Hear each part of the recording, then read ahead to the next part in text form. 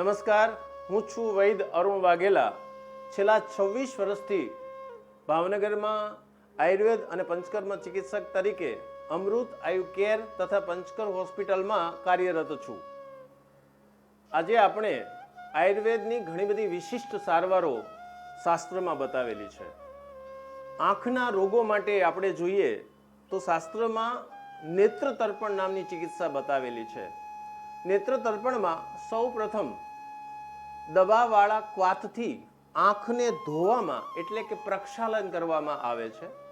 ત્યારબાદ આંખની આજુબાજુમાં અડદના લોટની પાળ કરી દર્દીની તાસીર એટલે કે પ્રકૃતિ અને રોગ પ્રમાણે શાસ્ત્રમાં બતાવેલા ઔષધ સિદ્ધ ઘી આંખમાં શાસ્ત્રમાં બતાવેલા સમય સુધી ભરી રાખવાને નેત્ર તર્પણ કહેવામાં આવે છે. આ નેત્ર તર્પણ ઓછામાં ઓછા 7 મિનિટ જેટલું ભરી રાખવામાં આવે છે. આ ઘી સહેજ હુંફાળું હોય છે અને આ હુંફાળા ઘીમાં આંખ આખી તરબોળ થઈ જવી જોઈએ અને આ આંખમાં ઘી ભર્યા પછી આંખ ઉઘાડ બંધ કરવાની હોય છે. આ આંખ ઉઘાડ બંધ કરવાથી ઘણાના લોકોના મગજમાં એવું હોય કે આંખમાં બળશે તો. મોટા ભાગે સામાન્ય બળતરા સિવાય કોઈ જ તકલીફ થતી નથી. આ આંખના તાજા આવેલા નંબરમાં, આંખના એલર્જીના રોગોમાં, ઓછું દેખાવું, સાવ ન દેખાવું, ગ્લુકોમા જેવા રોગોમાં, આંખમાં વારંવાર પાણી આવવું, આંખ લાલ થઈ જવી જેવા રોગોમાં ખૂબ જ સરસ પરિણામ આ નેત્ર તર્પણ આપે છે.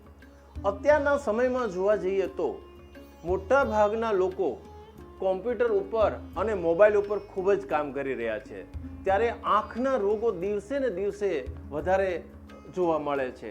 આવા સમયે જો આંખનું રક્ષણ આપણે જો પહેલેથી જ કરી રાખીએ તો વર્ષમાં જે લોકો કોમ્પ્યુટર ઉપર કામ કરે છે, તે લોકો વધારે મોબાઈલનો ઉપયોગ કરે છે, તે લોકો અવશ્ય વર્ષમાં 7 દિવસ આ નેત્ર તર્પણ નામની ચિકિત્સાનો સહારો લેવો જોઈએ. જેમને આંખના રોગ છે તેમને તો કરાવવું જ જોઈએ, પરંતુ આંખ એ આપણી આ દુનિયાની સૌથી મોટી કિંમતી વસ્તુ આપણી પાસે છે. એને સાચવવી એ અત્યંત જરૂરી છે.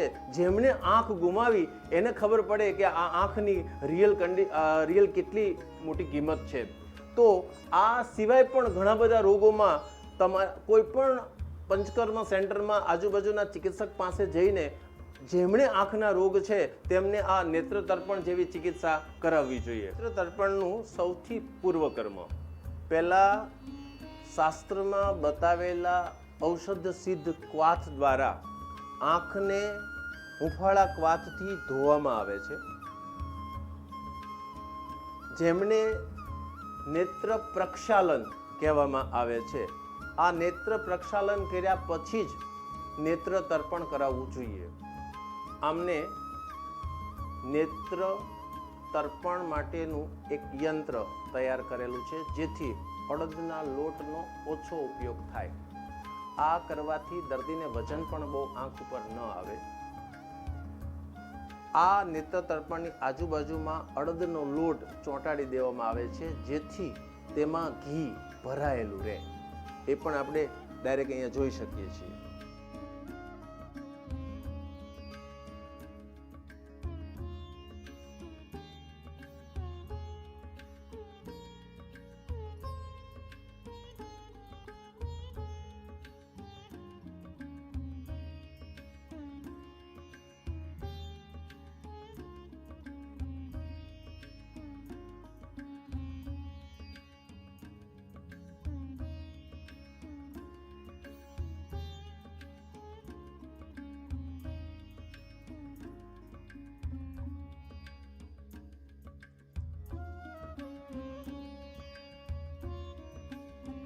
અડદના લોટનો એટલે ઉપયોગ કરવામાં આવે છે કે ચીકણો હોવાથી એ આ યંત્ર અને શરીરને બેને જોડી શકે છે, જેથી ત્યાંથી દવાવાળું ઘી બહાર નીકળી ન જાય.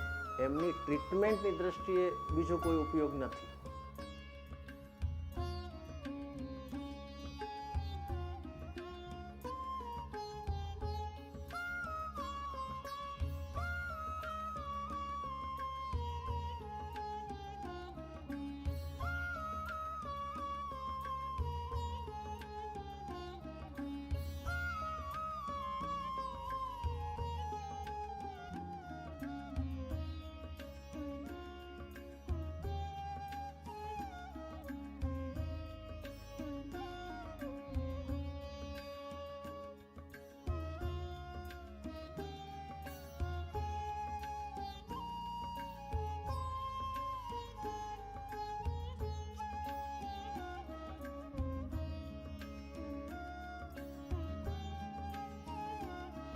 નેત્ર તર્પણમાં આંખમાં જ્યારે ઘી નાખીએ છીએ ત્યારે આંખની પાપણ ડૂબી જાય એટલું ઘી ભરવું જરૂરી છે. આટલું ઘી ભર્યા પછી આપણે દર્દીને આંખ ખોલવાનું અને બંધ કરવાનું વારંવાર કહેવાનું છે.